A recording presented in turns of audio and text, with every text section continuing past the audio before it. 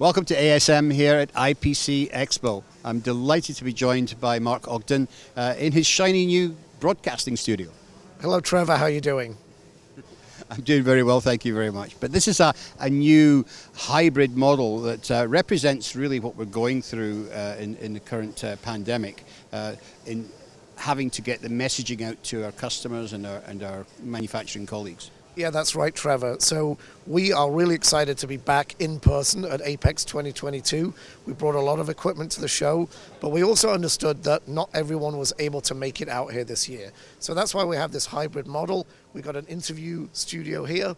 I interviewed several subject matter experts from ASM, which we live streamed. We also had tours of the booth, live streaming in actually 3 different languages. So we hope to bring APEX to people's homes that weren't able to make it. So that's why we have this new concept on the booth. It's really interesting because, I mean, we've been doing a lot of live broadcasting from our booth, but do you think this is going to be a trend that's going to continue amongst some of the other vendors as well to try and do this hybrid concept when they go to trade shows in the future? Yes, I think so, Trevor. I think definitely people now that we've invented this hybrid concept, you can't uninvent it. And I think people will want to have a choice whether they can travel in person or then maybe one year do it in a hybrid format. So I think this is a concept that's going to stay.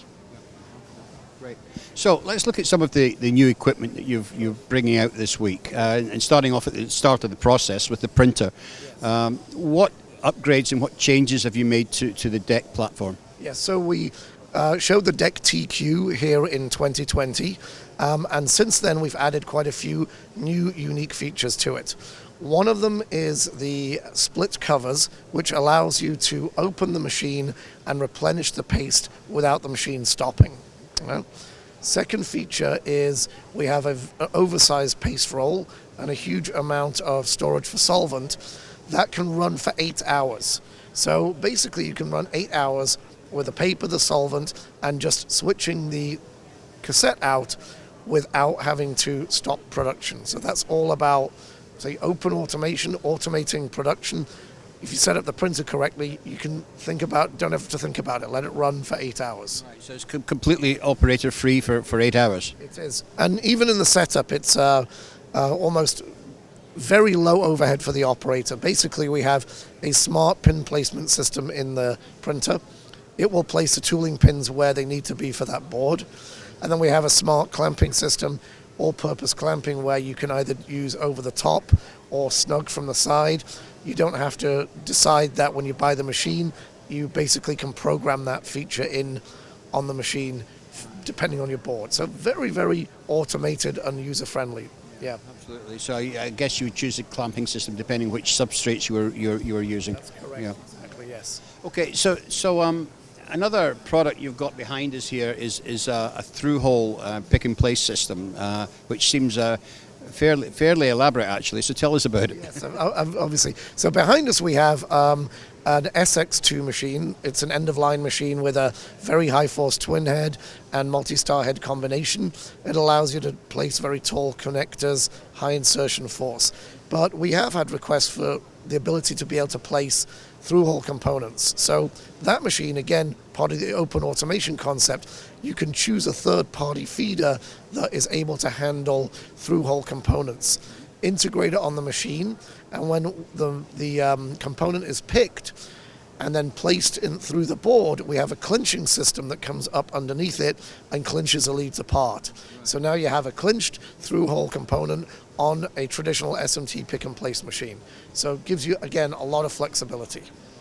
Yes, so you mentioned briefly there, Mark, open automation. We did an interview earlier with Critical Manufacturing, which of course is part of the ASM group, about the fairly extensive methodology for programming and manufacturing materials flow throughout the factory.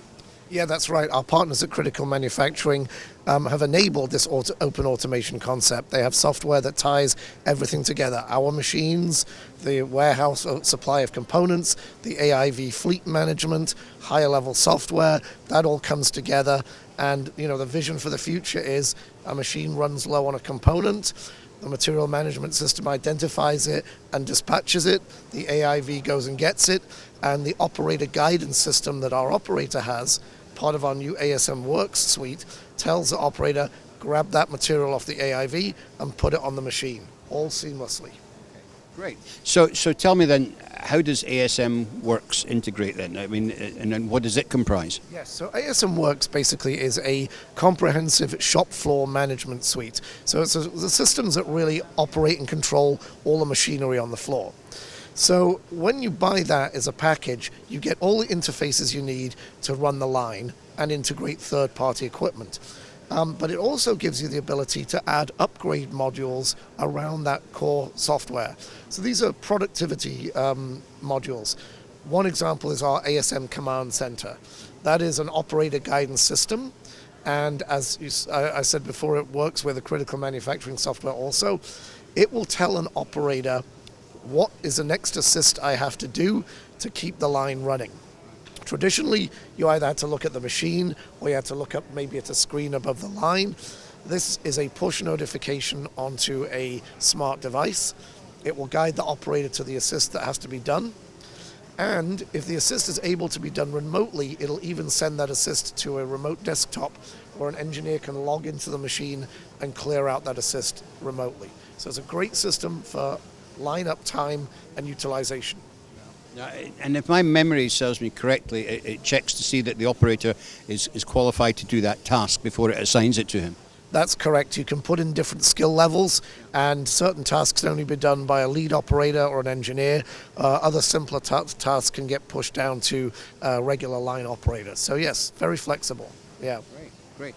So what else have we got? It's new. So the other modules that we have in the ASM Work suite are the planner module, the process optimization module, the monitoring module, right? So each of those modules has a different function, but the planner module really allows you to put in a whole production plan and a whole set of pre-programmed boards, and it will figure out of all your production lines, which ones do I want to build which product on, right? So instead of trying to do that on a table or in Excel, it will figure that out for you and allow you to move product around different lines if you don't like the way it looks.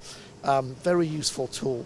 The process optimization tool is all about getting data from SPI, our process lens, looking at the print quality, looking at the print characteristics, and then maybe changing parameters, offsets, wipe frequency, and other things like that to get a better print.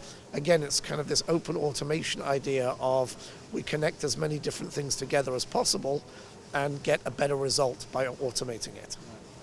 It's an interesting area because, pretty much every pick and place vendor and every inspection company has got their own version of line optimization.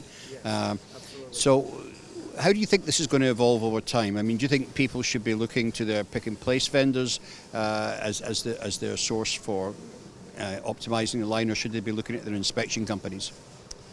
Well, really, it's down to who knows a process best, right? Whatever company's selling this type of optimization software, they need to know the print process if you want to optimize a print, right? You need to know how that works. If you're wanting to optimize the way something's placed, you need to understand the placement process.